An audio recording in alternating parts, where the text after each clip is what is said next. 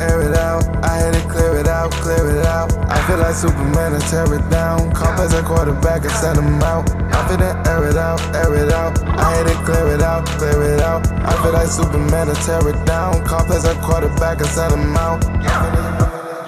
Take off. I'm on a rocket, a space dog. Bought a new car from Elon, wanna race. I've been asking how long is it gonna take. I've been cracking the car, had to break it safe. I've been riding my wrongs, had to change my ways. I was stuck in one place, so I had to shake. They try holding me down, but I found my way. Roddy Rich and so bicycle love me. Ride away, then my heart went on ice again. Find the balance, my patience been going thin. In the field every day till I reach the end. I've been up on your side like we out of bounds. Ain't no way that they think that it's stopping now. I've been waiting for my turn to come around. I've been waiting for my turn to come around. Air it out, air it out. I had to clear it out, clear it out. I feel like Superman, I tear it down. Call as a quarterback and send him out. I feel to air it out, air it out. I had to clear it out, clear it out. I feel like Superman, I tear it down. Call as a quarterback and send him out.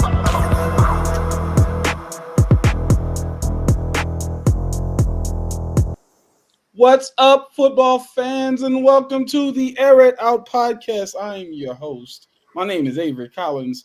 I'm joined by a panel of phenomenal animals. Bars. Anyway, Darius, say hi. We back 3 episodes in a row. What is going on? I think we talked about this before. Thursdays, best days. Nonetheless, happy to be back. Happy to talk football. We're getting closer and closer to the NFL draft. Once the draft is over, that means mini camp, training camp, and once that's over, football is back. So we're getting one step closer to football is back. So I'm happy to be back. Yes. I like it. Not something, bruh. Learn the lyrics, man. Come on. You're like Martin in Bad Boys. Bad boys, what you gonna do? This guy. Anyway, y'all are rare territory. 3 weeks. That's right. Rare territory. Coach Braxton, say hi. Listen here. I don't know how this almost was not a thing, but I can't wait to talk about our little special topic. The reason why, the wine plus wine is probably rocking the greatness out here. So that's what I can't wait for tonight. I'm just saying. Don't play spoiler. Don't be giving them teasers and letting them know what's coming. Hey, listen. We 3 for 3. We gotta give them a little something. You gotta let them. You gotta let them. Give them a little something. Man, Juan is in the building. Juan's feeling slightly under the weather, but he decided anyway. It's the Air It Out podcast. How do you not jump on? I mean, like this podcast is like Shea Gillis Alexander. This whole stream is consistent, yo. That's why we back here 3 weeks in a row. I like that. Shea is nice too. Like so nice. Underrated. So underratedly nice. He has always been too. Like him or Jokic are the MVP this year. I would give my vote to Shea. Shea is the MVP, either Shea or Ant. I'm sorry. I'm like, shy, bro. Give it to my boy, man. He's balling. Give it to the Canadian man. He's balling. That boy balling. It remains to be seen, ladies and gentlemen. We will see what happens, but this is not the NBA podcast. This is the Air It Out podcast. We are talking about all things pro football. I want to start with some bittersweet news, ladies and gentlemen. The one, the only, the beast, the dog, the MF problem himself, Mr. Aaron Donald has called it a career after 10 seasons. I don't know if we're ever going to see another player of his caliber. I mean, he was one of a kind. And, Coach, I'm going to start with you because you were excited and you gave a little teaser there. So, what are your thoughts? I'm extremely happy to have lived in an era. I'm going to say Matt Ryan. Let's figure it out later. But I'm extremely happy to where I got to not only see a little bit of Barry Sanders when I was a very, very small child. I got to see greatness like Ray Lewis play, greatness like Megatron, Julius Peppers, Navarro Bowman, Patrick Willis, Luke Kuechly for those great 8 years. But I don't think I got to see someone as more dominant as Aaron Donald. You got to think of Aaron Donald the same way people think of Shaq. He's one of the greatest there. He might not be the top number one, but when you're talking about complete dominance, you name another guy right now that routinely had 2, 3, and 4 linemen blocking him on one play. You tell me another guy that went 10 for 10 Pro Bowls, 8 All Pros, 3 defensive. Man, the accolades speak for themselves. I'm gonna miss watching him sack the quarterback. I'm gonna miss seeing the knife drills that he had to do.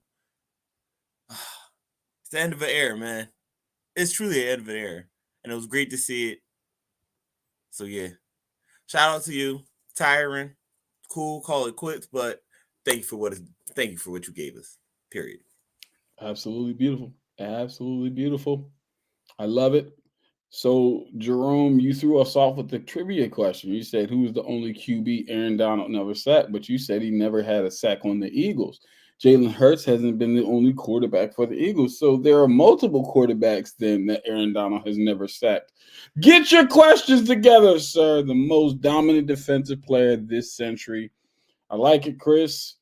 The one and only, he's donning the jersey of the one and only AD. What are your thoughts on him retiring? It's a shame that we never saw Aaron Donald with like a really great nickname. Like Lawrence Taylor had LT, DT with Derek Thomas, Bruce Smith, one of the most Mr. Consistency. Like my one thing with Aaron Donald, for like if I could like make a nickname for him, is all day. I take that nickname from Adrian Peterson and I give it to Aaron Donald because every day, all day, he was a problem for offensive lines, man.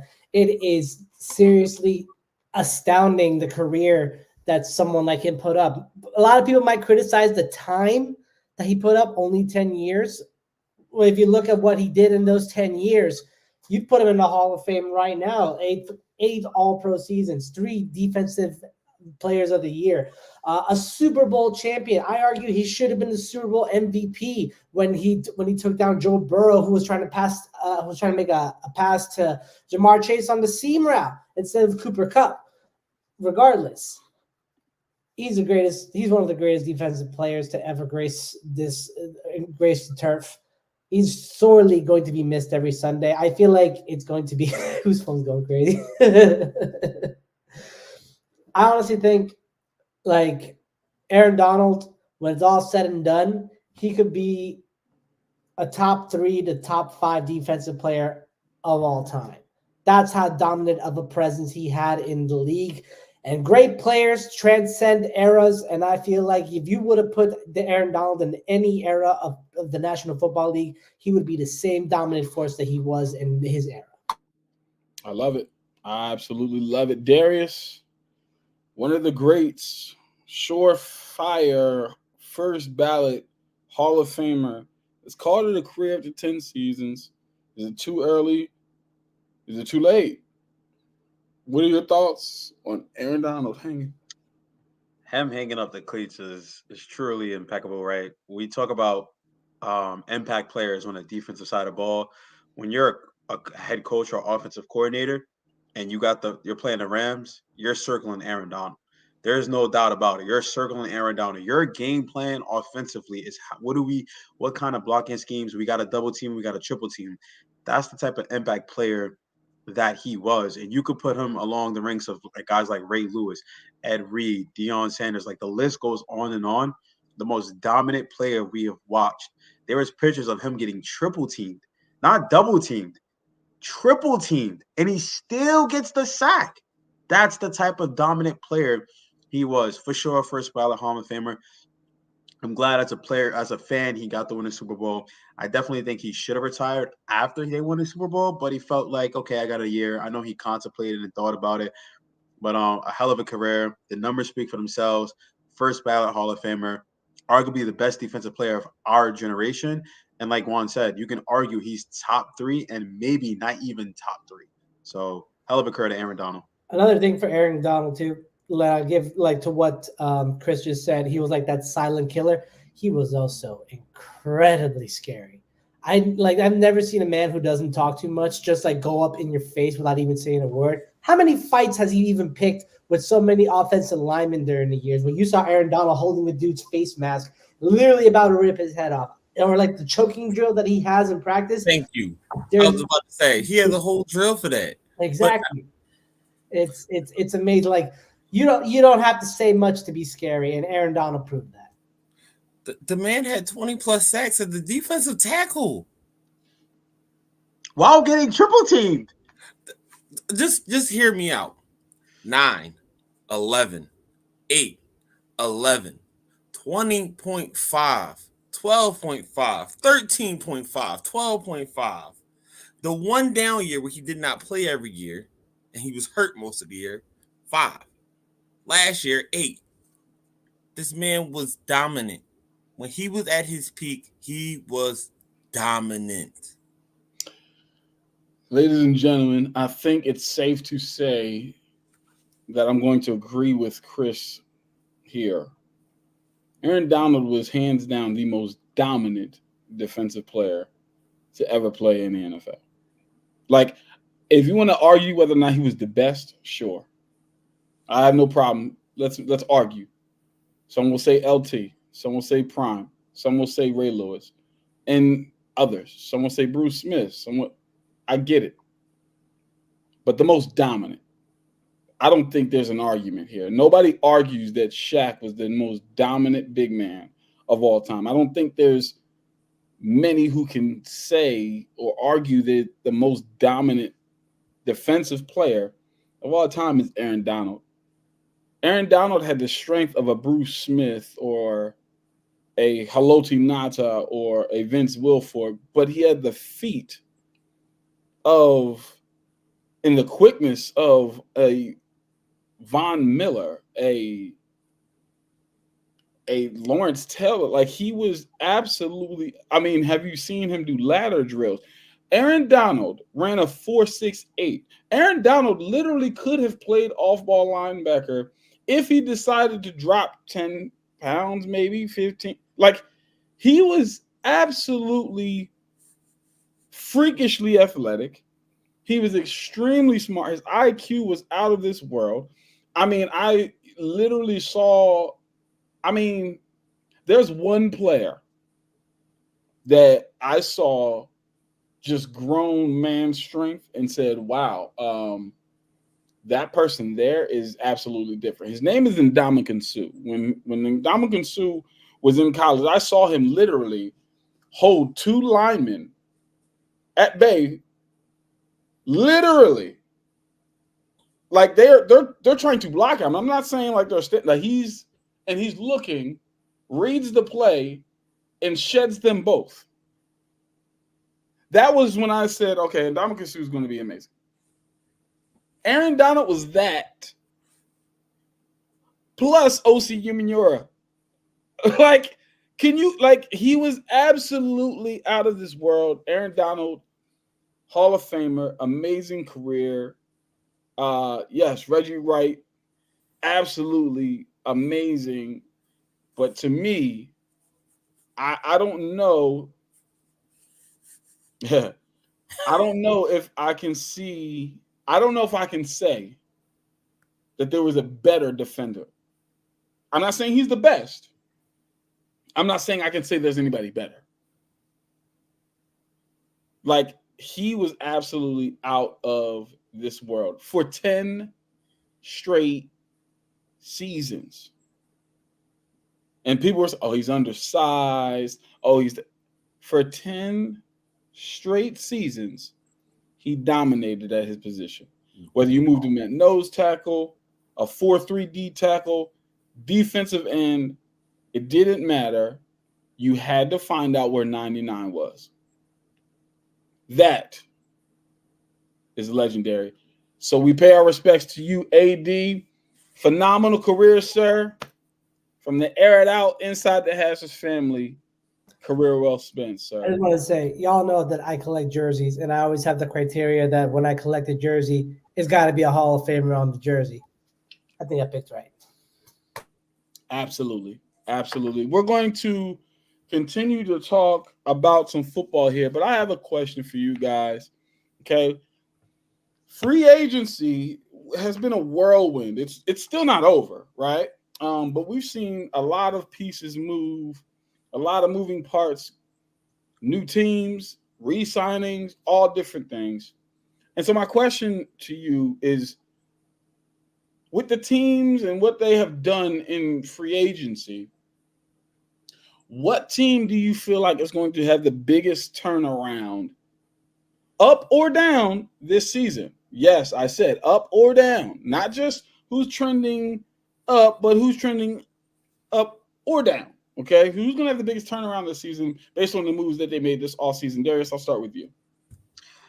For me, the team that's going up, I mean, they didn't really need much because of the expectation they had last season. No one thought that they were going to be as good as they are. And to me, the team that's going to trend up, especially because the division that they're in is the Houston Texans. And I think simply just because of the ideal move of signing Danielle Hunter. Right now, we talked about it last week. You bring in Danielle Hunter, you got Will Anderson Jr. on the other side. Those two are likely both going to have 10 plus sacks this next season, right? So your secondary doesn't have to be great. Your linebackers don't have to be great. But now you have a legitimate pass rush where you can drop 7 back, depending on, I think they run a 3-4, a 3-4, I believe they run, I think they run a 4-3. But no, regardless, bring in Danielle Hunter. We talked about the mentorship that he can do for Will Anderson Jr. And then bringing in a guy, and I think a lot of people don't understand this signing. I love this signing for them. Joe Mixon, right? Like, he's a guy who, veteran in the locker room, can really help that running back room. And that takes a little bit of the pressure off of CJ Stroud, because now you have a really solid 1-2 punch. Dameon Pierce, Joe Mixon. And Joe Mixon's a very underrated receiving back. I don't think he gets enough credit like the Christian McCaffreys, those type of guys who are dual threat backs, but he can come out the backfield and catch the ball, and he could run the ball. So I think that takes the pressure. And then they resign a guy like Noah Brown, who had a really breakout year, especially with Tank Dell going down with the end season and the injury. You bring a guy back him, and then you have Nico Collins, who's proven that he's a number 1 wide receiver. So I believe, and then Dalton Schultz, like, he is a solidified, to me, Dalton Schultz, top 5 tight end in the league right now, when healthy. So I think the Houston Texans, to me, they had the best offseason, and they didn't do a lot of big moves, but they did the moves that really made sense to them and helped them really take that next leap. Winning the division was one, but now they're going to be a legitimate threat in the AFC South, but not only in the AFC South, but just the AFC overall, especially with CJ Stroud going into year 2 and having 1 year under his belt, and they kept a lot of the core guys together. I like a team that, to me, I don't necessarily say they went down. I think they stayed the same. They just made 2 moves that really just helped them, but because of the division, it kind of made them go down. To me, it's the Tampa Bay Buccaneers, and simply just because you bring back Baker Mayfield, which is great. They had a really good year. You bring back Mike Evans, but they didn't really do much. They lost their linebacker to the Eagles. I forgot his name. We were talking about him last week. Devin White. Thank you. Lost Devin White, and I believe he was the key to that linebacking core. Carlton Davis, you trade him to go to the Detroit Lions. So to me, the biggest move they didn't make moves, but because of what that division is about to become now, we talked about it with Kirk Cousins. We know he can win games. He can't win the big games, but he's going to win Atlanta games. And that defense is really good. It's a very underrated defense. So look out for Atlanta. New Orleans, they're going to be the Saints. And Carolina is a team that a lot of people are going to underestimate because of the offensive line, but I believe they made the necessary moves to beef up that offensive line, and then you still have the draft. So, but Tampa Bay, that's the team. I don't think they did much. They kind of stayed the same to me. I like it. I'm not mad at it. I like the Tampa take. as far as maybe not trending backward, but not doing enough so far. Not mad at it. Coach, talk to me. Who's trending up or who's trending down? What do you feel? First off, you should have been hit to wrap it up. We got to bring Dave Chappelle in for the next time. Like, hey, we need that wrap it up box real fast. But I'll make this a little bit quicker. First off, the Colts and the Raiders. I feel like those are two teams that did just enough to like eke up to be still competitive, but not playoff bound, or they'll be at least close, but no cigar. Definitely like that Christian Wilkinson move with the Raiders, and let's be honest, Minshew is way better right now than Jimmy G. The way they're playing, just is what it is. And then I think with the Colts, they got a secure backup. They have an overall solid team. They made a lot of re-signs of their players, so they didn't really lose anyone. They get Anthony Richards back. But like I said, the main team that actually went up, though, honestly, it got to be the Texans. It has to be the Texans. That's wild. I cannot wait to see how that plays out, whether we're going to be seeing Justin Fields did his runs or Russell trying to weld it out. But it got to be the Texans. They're literally the best up-and-coming team right now. And their division right for the pickings. The Jaguars never capitalized. The Titans, well, they lost their main guy. They're trying, but hey, listen, I agree with her when she said it. Just who gonna really do the more work? Is it gonna be Justin or is it gonna be Wilson? At this point, we'll see. I don't feel like dealing with neither. But yeah, it got to be the Texans. Best team trending up. They got defensive help where they need it on that D-line. A guy that can really help out with their young guys when it comes to Will Anderson Jr. and in the back end, Derek Stingley. And then you got more weapons for a guy in CJ Stroud that, shoot, he is going to be one of the faces of this league soon. I like it. I'm not mad at that at all. Juan, talk to me. A team trending up or a team trending down? I'll give you two teams trending up. Okay. First one, I'll make it quick. It's going to be the Carolina Panthers. I think they're going to be trending up a little bit. This is from the get-go. It looks like Dave Canales is trying to surround his young quarterback, pun intended, with a good offensive line and some weapons. The trade for Deontay Johnson, it's a little bit boomer bust, but I feel like if you can work your way into making Deontay Johnson a prime focus on that offense, he'll perform great as a security blanket for Bryce Young. And then the signing of Robert Hunt and Josh Neiman on the offensive line, you're already trying to get a better offensive line than what Carolina had to work with last year. So building a wall around your young quarterback with good weapons, not great weapons, but good weapons, could be enough to continue his development into year two. I'm not looking at playoffs, but in terms of improving, I think it's a better situation that Bryce Young is walking into than he did last year. And then another team, I'm going to throw it in. My New York Jets are the biggest boomer bust team of the offseason right now. The fact that they signed two of the biggest free agents on the market in Tyron Smith and Mike Williams to one-year deals is astounding. Granted, Williams has a bit of an injury history, as is Tyron Smith, and he has age. He's on the wrong side of 30 to say the least. However, this is the year to risk it all. If Joe Douglas is going to walk away from his conservative spending habits, this is the way to do it. This is boom or bust. All right. You make an offensive line that could be good enough to protect the vice president. Gosh darn it. I like it. I'm not mad at it. I'm going to go with a team that I believe. First of all, Juan, I love the take about the Panthers. I think they have silently made, again, some moves that I don't think people have really been paying attention to because of how horrible they were last year. And again, to your point, I don't think it's a playoff atmosphere team just yet, but they've made moves to trend in the right direction. You want to protect your young quarterback. I absolutely love that. I'm going to give an honorable mention. For me, I'm going to give an honorable mention to the Tennessee Titans. I think signing Calvin Ridley was a huge move. I'm sorry, guys, but I feel like Tony Pollard, you bring in Tony Pollard. So you lose Derrick Henry, of course, right? Like one of the greatest running backs ever. But you bring in Tony Pollard, who's not a slouch. So, and then you bring in Calvin Ridley. This tells me, okay, you're going pass first. You're focusing on your quarterback and getting him some weapons. When you get Tony Pollard, you still have DeAndre Hopkins. Then you add in a Calvin Ridley, and you still have Tajay Spears, who's not a slouch at the running back position as well. I just feel like they deserve a little credit for some of the moves that they made. So I'll give an honorable mention to them. Another honorable mention would be to the Washington Commanders. I believe that they're making some quietly good moves. They're not splashing as much as we thought they would, simply because of all the cap space that they had. But they made some silently good moves. And so for me,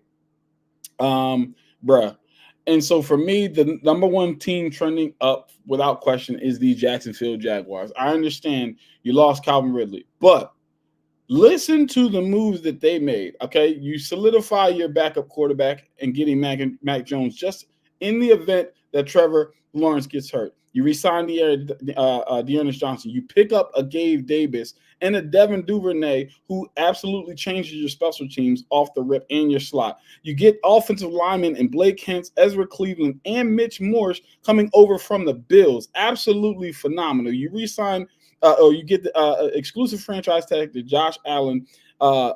Travis Gibson signs a one-year deal. You then all go out and get Eric Armstead and one of the better slot corners in the league in Ronald Darby. And then you get Darnell Savage as well.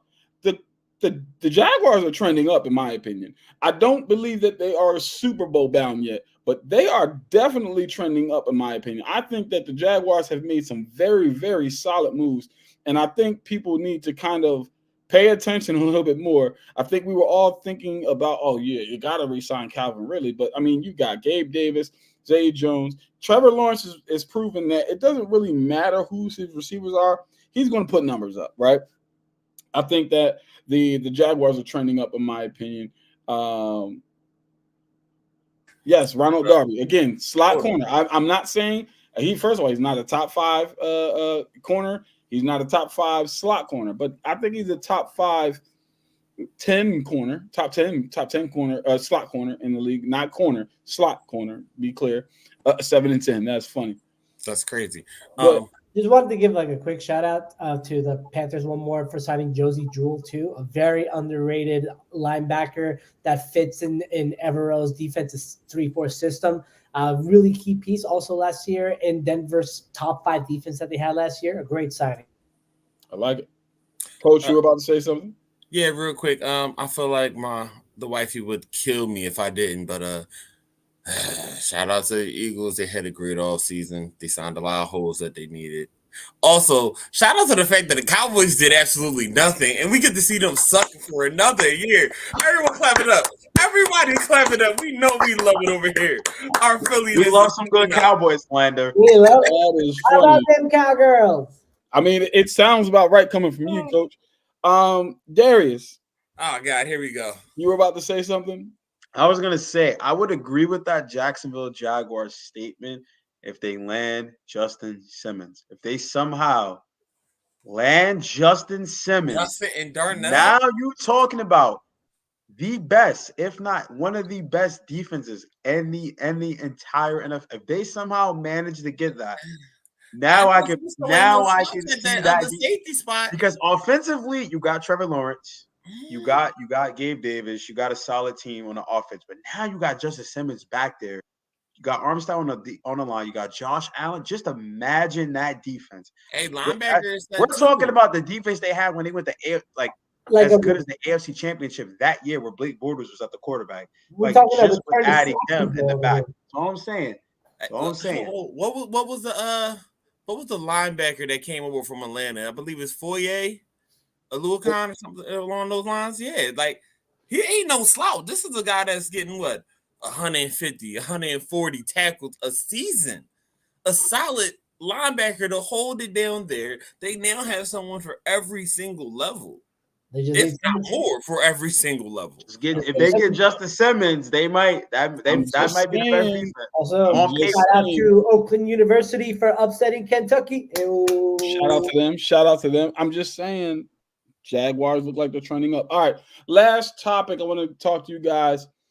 There's 3 running backs that I want to talk about here, though. Okay, there's only 3 that I want to talk about between Saquon Barkley, who finally gets an offensive line, between Derrick Henry, who goes to the number 1 rushing team in the NFL, and between Josh Jacobs, who is just a beast, and 2 years removed from being the rushing leader. Out of those 3 free agent running backs who have been traded or moved teams, who's going to lead? Who's going to have the most rushing yards out of those 3 on their new team this year? I'm going to start with. I want to hear the Juan plus one here. I'll keep it brief. Doing a lot of research on fit, scheme fit, offensive line rankings, everything. I honestly have to say that I think Saquon Barkley has the best chance of getting the most rushing yards out of these 3. Granted that Jacobs might be the primary back in Green Bay. He might be getting most of the touches with A.J. Dillon kind of playing the secondary role. No Aaron Jones there to siphon anything from him. And the combined running game to give Henry more of a shot to run. A few things kind of inhibit both situations. Number one, we don't know what kind of quality offensive line that the Packers are going to have for Jacobs to run through. Especially when they let go of their all-pro tackle David Bakhtiari. They have to address line issues in the draft to see if they can bump it up enough to where they can be a top 10 unit. As for Henry, keep in mind, this is a Ravens team that runs a lot of pistol and RPO, something that Derrick Henry isn't exactly best at doing. He is more of a downhill runner, under center, eye option kind of running back. So will transitioning to a pistol RPO style inhibit his running numbers? I think so, especially when it's Lamar Jackson in the backfield with you. So that's why I got to give it to Barkley. Even though the tush push is going to be like everything that everyone's going to be talking about with Barkley, he was brought to Philadelphia to be a playmaker, not a running back, a play maker, and with an offensive line that ranks top 3 in PFF, not to mention the fact that he is versatile in any way that he can run, whether it's out of shotgun, in pistol, under center, even the Wildcat. He has a great motor. Great, you've seen the quads that help him push through those kind of brick walls that he has to get through, and he has relentless speed. I think Barkley, and if we're not doing hot take Thursdays early, I'll give it now. I think Saquon Barkley has the opportunity to rush for 2,000 yards this season. I like it. Darius, talk to me. All right, I'll make it simple. I think the running back who's going to have the most all scrimmage yards, Saquon, because of the offensive line, what he can do as a passer. The running back who's going to have the most touchdowns, I think Derrick Henry. When you're at the 1 yard line, you're not giving it to Lamar. Give it to Derrick Henry. Where Josh Jacobs, I think, is going to do the most, I think he's going to have the most rushing yards out of those teams, just to take the pressure off of Jordan Love. Like you said, the Packers lost their all-pro, they lost their pro tackle, but I think Josh Jacobs is a good enough running back where you give him the ball, he's going to be able to make things happen. So that's how I see it. I just think Saquon is best. He has the best success because of that offensive line and because he's a better receiving back. So I think he's going to have the most scrimmage yards out of all 3 of those guys. I like it. Coach, talk to me. So I'm gonna go with I'm not going with Derrick Henry. I hope y'all didn't think that was the case at all. Let's really be honest. And I hate to say it, but it's the Eagles. You name me any of the 3 teams with a better tackle set than them 2. I don't care that they lost Jason Kelce. Jason Kelce, yes, he was intelligent, he was great. But when you got Jordan Mailata and you have Lane Johnson, like, what are we talking about here, gentlemen? And Landon Dickerson. Yeah, like, what are we talking about here? I'm sorry. The Ravens have a great line. Ronnie Stanley is a great offensive tackle, but we have too many changes right now. We just lost both of our starting guards, and we traded our starting right tackle. Yeah, Henry can do a lot, but you still got to have someone to block for you. And, well, let's be honest. We just heard a lot of the linemen are from Packers either are getting let go or going and signing to other teams right now. So it's a little more up in the air for those teams when it comes to the line. And if we're talking about rushing, who's blocking for you? That's going to determine who's really going to get the yards. A great line determines a great runner, a.k.a. Yeah, listen, they can make up for it. That's the excellent running backs. That's how you get to the 17, the 18. But Saquon can just run straight forward and, well, he's going to get 1,000. I'm sorry. It's that simple. You run the ball with him, he's going to get 1,000. Well, since they brought it up, I mean, it just sounds like. Yeah. I'm sorry. I'm sorry. No. Listen, just, I don't want to. That's abuse. Yeah, that is abuse. Because do we see this? Now go back to the other one. Nah, the first one was abuse. Oh my god! So here's what Henry was saying. I didn't know it yet, but this was the team that I don't care how many times reference right there. We can play this all day, but because of that Titans one, I'm sorry. There's nothing anyone. That Titans one was crazy. It's rough. It's rough. All right. So for me, I'm gonna go very, very, very simple. There's only one running back. There's only one. Okay, who has something to prove out of those three? There's only one. Josh has nothing to prove. He led the league in rushing 2 years ago. He's the only one. Derek has nothing to prove. He's a Hall of Famer. Saquon Barkley is going to be running with purpose. He finally is going to have an offensive line. There's going to be pressure now. Now people are going to question and say, hey, are you really like that? Can you really? Now you got an offensive line. There's no excuses. Mm-hmm. What do you have? He's got something to prove. He's got all of New York barreling down on him, chewing him out. The likes of Tiki Barber. Killing him on social media. Not realizing he grew up in PA. He went to Penn State, and he grew up an Eagles fan. Like, he's got something to prove. Kenny Pickett, he got drafted. And he's the hometown kid. Oh, I'm gonna just say this. So he's got something to prove, and now he's finally got an O-line. I'm going with Saquon. That's my answer. I'm sticking to it. Sorry, real quick. Who has a better skill set around them? Because we're not even just thinking about this line people. You got to guard A.J. Brown, Devontae Smith. Eagles on automatically. And Dallas Goedert. Eagles. Along with Jalen Hurts being able to run the ball too. Eagles. You got to stop Lamar and Zay Flowers and Mark Andrews, but who's the other receiver? We're still trying to make sure Jordan Love is him for real.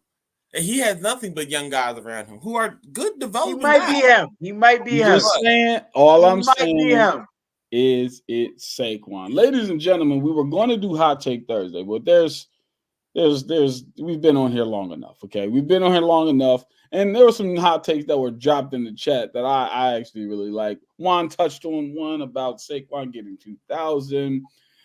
Coach Wifey said that Justin Fields is taking the Steelers to the playoffs. You heard it. That's what she said, okay? That's and I like it.